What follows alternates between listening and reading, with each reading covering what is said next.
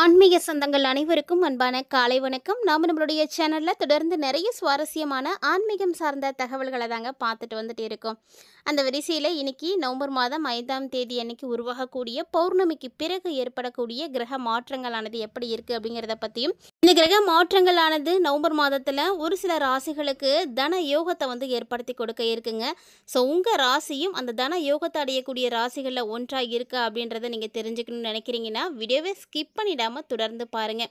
இந்த பதிவில் நம்ம துளாராசி நேயர்களுக்கு எப்படி இருக்குது, இந்த 30 நாட்களுக்குள்ள உங்களுக்கு என்ன மாற்றங்கள் ஏற்பட போகுது, என்ன பிரச்சனைகள் இருக்குது, அந்த பிரச்சனைகள் தீர நீங்கள் செய்யக்கூடிய பரிகாரங்கள் என்ன அப்படின்றத பற்றி எல்லா டீட்டெயில்ஸோட இந்த பதிவு இருக்க போகுது. வீடியோவை எங்கேயுமே ஸ்கிப் பண்ணிடாமல் முழுமையாக பார்த்து பயன்பெறுங்க. இப்போ வாங்க நம்ம வீடியோக்குள்ளே போகலாம்.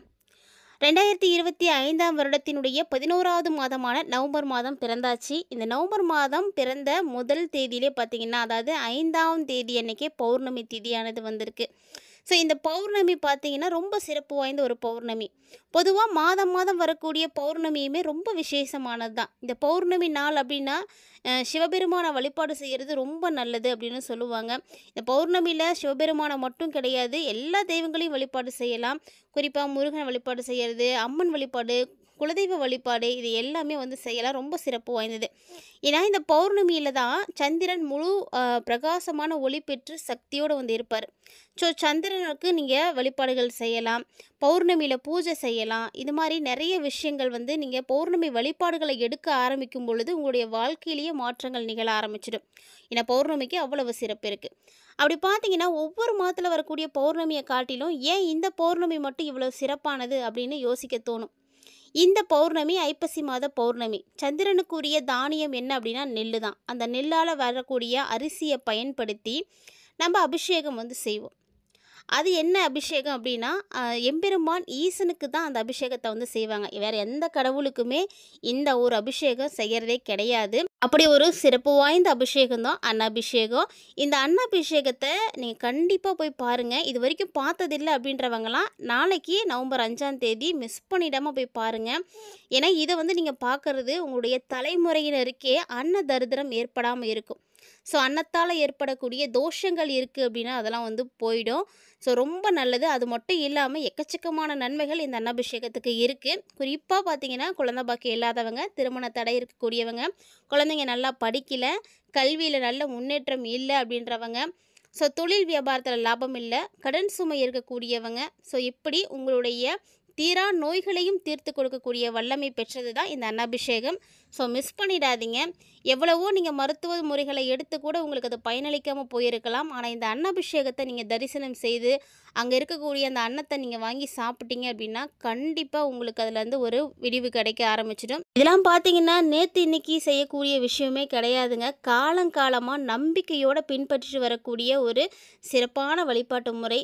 எல்லாருமே மிஸ் பண்ணிடாதீங்க. ஸோ பௌர்ணமி திதி எப்போ ஆரம்பமாகுது அப்படின்றதையும் நீங்கள் தெரிஞ்சுக்கணும். இன்றைக்கி செவ்வாய்க்கிழமை, இன்றைக்கி நைட்டே பார்த்தீங்கன்னா பௌர்ணமி திதியானது ஆரம்பமாயிடுது. பௌர்ணமி திதி பார்த்தீங்கன்னா இரவு 9:43 ஆரம்பமாகி மறுநாள், அதாவது புதன்கிழமை 5ஆம் தேதி அன்னைக்கு இரவு 7:27 வரைக்குமே பௌர்ணமி திதி இருக்குது. இருந்தாலுமே கூட பௌர்ணமி அப்படின்னா அருணாச்சலேஸ்வரர் ஆலயத்தில் செய்யக்கூடிய கிரிவலம் ரொம்ப சிறப்பு. ஸோ கிரிவலம் போகணும் அப்படின்னு நினைக்கக்கூடியவங்க அவங்களும் வந்து நோட் பண்ணிக்கோங்க. எந்த டைமில் வந்து எந்த டைம் வரைக்கும் கிரிவலம் போகலாம் அப்படின்னு. எப்போ வேணாலும் கிரிவலம் போகலாம். ஆனாலுமே கோவில் நிர்வாகமே ஒரு சரியான நேரத்தை அதுக்காக வந்து மாதம் மாதம் வந்து வெளியிட்டுருப்பாங்க. அந்த டைமில் போகிறது இன்னும் வந்து சிறப்பானது அப்படின்னு நம்பப்படுது. ஸோ நீங்கள் கிரிவலம் போகிறதுக்கான சரியான நேரம் என்னென்னா, இன்றைக்கி செவ்வாய்க்கிழமை நைட்டு 10:36 கிரிவலம் ஸ்டார்ட் பண்ணலாம். நாளைக்கு 5ஆம் தேதி அன்னைக்கு சாயந்தரம் 6:48 வரைக்கும் கிரிவலம் போய்க்கலாம் அப்படின்னு கோவில் நிர்வாகம் வந்து வெளியிட்டிருக்காங்க. ஸோ இந்த நேரத்தை நீங்கள் நோட் பண்ணிவிட்டு கரெக்டாக நீங்கள் போய் கிரிவலம் போயிட்டு வாங்க. ஸோ சிவனே மலையாக இருக்கக்கூடிய எம்பெருமான் ஈசனுக்காக இருக்கக்கூடிய முக்கியமான ஒரு நாள் தான் நாளைய நாள். ஸோ இந்த நாளை மிஸ் பண்ணோம் அப்படின்னா மீண்டும் அடுத்த வருடம் வரைக்கும் காத்திருக்க வேண்டி இருக்கும். யாரெல்லாம் அன்னபிஷேகம் பார்த்துருக்கீங்க, இந்த வருஷம் யாரெல்லாம் பார்க்கறதுக்கு தயாராகிருக்கீங்க அப்படின்றத பற்றிலாம் மறக்காமல் வந்து கமெண்ட் பண்ணுங்கள். எம்பெருமான் ஈசனை மனசார பிரார்த்தனை செய்துட்டு ஓம் நமச்சிவாயா அப்படின்ற இந்த மந்திரத்தை மறக்காமல் கமெண்ட் பாக்ஸில் வந்து கமெண்ட் பண்ணுங்கள். ஸோ நிறைய மாற்றங்கள் உங்களுக்கு இப்போலேருந்தே வந்து ஸ்டார்ட் ஆக ஆரம்பிச்சு. ஏன்னா நினைத்தாலே முக்தி தரக்கூடியவர் தான் எம்பெருமான் ஈசன். ஸோ ஈசனை நீங்கள் எப்போல்லாம் நினைக்கிறீங்களோ அப்போல்லாம் உங்களுக்கு எந்த பிரச்சனையும் ஏற்படாது. உதாரணத்துக்கு ஒரு பெரிய பாதிப்புகள் உங்களுக்கு ஏற்பட போகுது அப்படின்னா கூட அந்த நேரத்தில் நீங்கள் ஈசனை நினைத்துட்டு ஓம் நமச்சிவாயா அப்படின்னு ஒரு 3 முறை வந்து மனசார வந்து சொல்லி பாருங்கள். உங்களுக்கு வரக்கூடிய ஆபத்து கூட விலகி போயிடும். யாரெல்லாம் உண்மை அப்படின்னு அக்செப்ட் பண்ணிக்கிறீங்களோ அவங்கெல்லாம் மறக்காம வீடியோக்கு ஒரு லைக் பண்ணி காட்டுங்க. இந்த வீடியோ பதிவில் இப்போ வாங்க துளாராசி நேயர்களுக்கு எப்படி இருக்குது, நவம்பர் மாதத்தில் என்னென்ன கிரகநிலைகளுடைய மாற்றங்கள் இருக்குது அப்படின்றதெல்லாம் பார்த்துடலாம். ஸோ துலா ராசிக்காரர்களுக்கு மிகப்பெரிய அதிர்ஷ்டம் கிடைக்க போகுது அப்படின்னு தான் சொல்லணும். துலா ராசிக்கு ஏன் இந்த அதிர்ஷ்டம் கிடைக்கிது அப்படின்னா, உங்களுடைய ராசி அதிபதியாக இருக்கக்கூடிய சுக்கிர பகவான் உங்கள் ராசிக்குள்ளே வரப்போகிறாரு. அதாவது நவம்பர் 2ஆம் தேதி அன்றைக்கி வந்துட்டார்.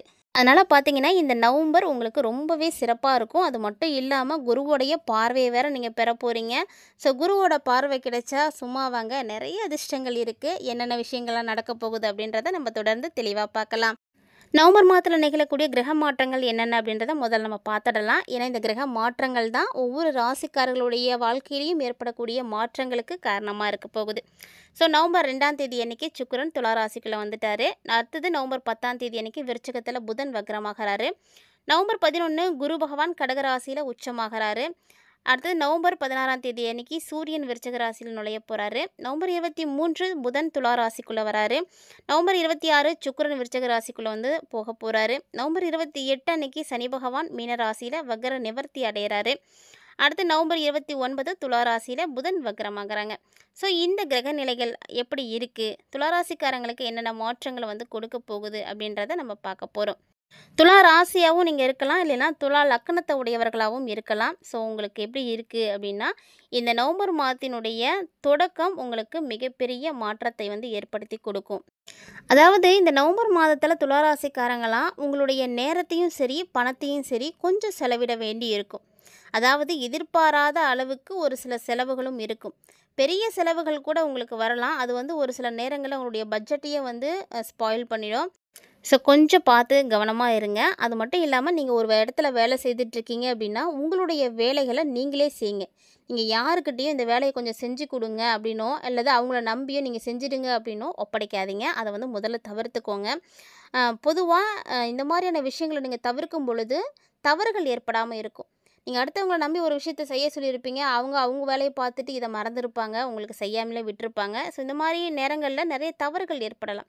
ஸோ எந்த ஒரு விஷயமா இருந்தாலுமே அதை எந்த டைமில் முடிக்கணும் அப்படிங்கிறது ரொம்ப முக்கியமானது. அதனால் நம்ம தேர்ந்தெடுக்கக்கூடிய விஷயங்கள் நம்மளே வந்து செய்கிற மாதிரி இருக்கணும். அப்போ தான் வந்து உங்களுக்கு பிரச்சனை ஏற்படாது. சரியான நேரத்தில் ஒரு சில பணிகளை நீங்கள் முடிக்க தவறும் பொழுது உங்களுடைய மேலதிகாரிகளாக இருக்கட்டும், இல்லைனா வந்து உங்கள் கூட வேலை செய்யக்கூடியவங்களாக இருக்கலாம், எல்லாத்துக்குமே வந்து ஒரு கோபத்தை ஏற்படுத்தி கொடுத்துடும். ஸோ நீங்கள் உங்கள் வேலையை நீங்களே பாருங்கள், அதுதான் நல்லது. இதே நவம்பர் மாதத்தினுடைய 2வது வாரம் ஆரம்பமாகுது அப்படின்னா உங்களுடைய ஆரோக்கியத்தில் சிறப்பு கவனம் இருக்கணும். ஏன்னா பருவகால நோய்களால் நீங்கள் பாதிப்படையலாம். இல்லை ஏற்கனவே உங்களுக்கு நோய்கள் இருக்குது அப்படின்னா அதன் மூலமாகவும் நீங்கள் பாதிப்படைகிறதுக்கு வாய்ப்பு இருக்குது.